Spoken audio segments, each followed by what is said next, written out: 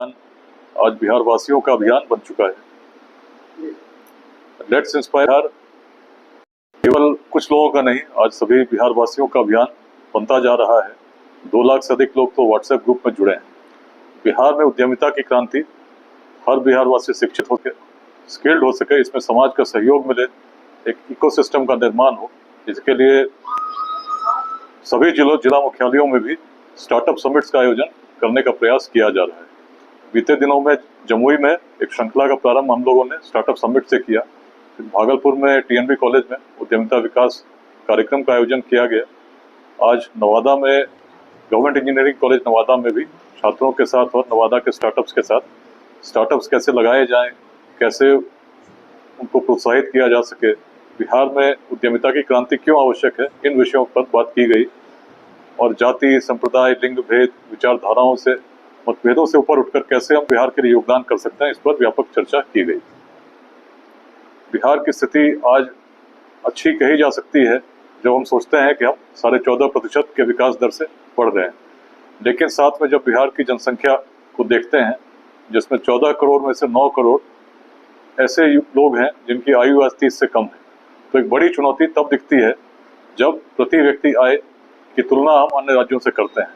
सिक्किम में 48,000, दिल्ली में 38,000, तेलंगाना में 29,000, महाराष्ट्र में, गुजरात में, केरल में 23,000 के आसपास जिस प्रति व्यक्ति औसत आय को हम देखते हैं, और वहीं बिहार में पाते हैं कि केवल 5,028 रुपये एक बिहार का व्यक्ति प्रति माह में कमाता है।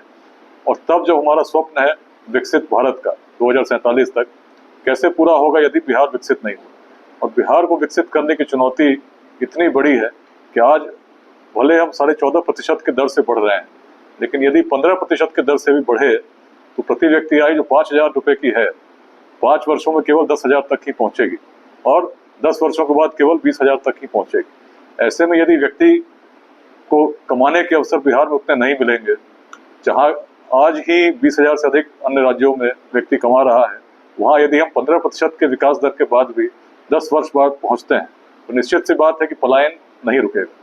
पलायन तभी रुक सकता है जब बिहार में एक व्यापक उद्यमिता की क्रांति आए, बड़ी संख्या हमारे युवा जॉब सीकर्स नहीं जॉब क्रिएटर्स बने। और इसी के लिए लेट्स इंस्पायर बिहार अभियान में ऐसे स्टार्टअप समिट्स हम लोग आयोजित करके पूरी चुनौती को खुलकर युवा के सामने रखते भी हैं और साथ में एक इकोसिस्टम के निर्माण के लिए लोगों को जोड़ने के लिए आह्वान भी करते हैं। तो अभी अच्छी बात यही है, 2028 तक बिहार के हर जिले में कम से कम 5 स्टार्टअप के लक्ष्य को लेकर हम लोग चल रहे हैं, जिसमें 100 लोगों को रोजगार मिलता हो। 3 स्थापित हुए हैं, छपरा में, बेगूसराय में और पटना में। बिहार के सभी जिलों में स्थापित करने का लक्ष्य बताया जा रहा है सभी स्टार्टअप्स को। जो लोग हमारे साथ आज जुड़े हैं लगभग उनकी संख्या 350 है। मार्गदर्शन भी उनको देने का प्रयास किया जा रहा है। नवादा में अभियान सशक्त हो, इसी आह्वान के साथ मैं नवादा आया था। पहले भी कई अवसरों पर नवादा आता रहा हूँ और नवादा के हर ब्लॉक में इस प्रकार से कार्य हो जैसा कि बिहार के अन्य जिलों में हो रहा है, उसके लिए मैंने आज सबसे बातें की। अभी तक अभियान में कुल मिलाकर 27 निःशुल्क शिक्षा केंद्र बिहार के 14 जिलों में चल रहे हैं। 350 स्टार्टअप्स भी चल रहे हैं साथ में, और जो चिकित्सक साथ में जुड़े हैं उनके द्वारा 250 से अधिक निःशुल्क चिकित्सा शिविर लगाए गए, जिसमें 40,000 से अधिक लोगों का इलाज हुआ है। प्रयास यही है कि 2028 तक धीरे धीरे बिहार की सभी पंचायतों में ऐसे लोगों को हम जोड़ सकें जो बिहार के लिए कुछ अंशदान करना चाहते हों, और तभी विकसित बिहार का स्वप्न हमारा पूरा हो सकेगा।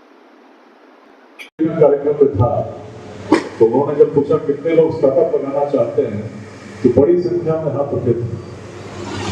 आज संख्या थोड़ी कम थी, लेकिन संख्या थी।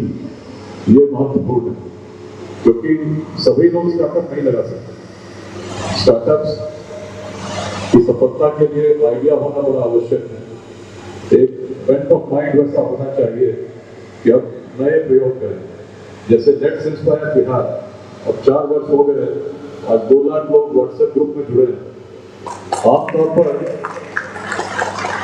किसी आईपीएस अफसर का ये काम है क्या कि भाई सैटरडे संडे घर परिवार छोड़ के बिहार के अलग अलग जिलों में बिना किसी व्यक्तिगत स्वार्थ के भ्रमण करता रहे और भ्रमण करता रहे, लोगों से बात करता रहे कि बिहार बदलना है।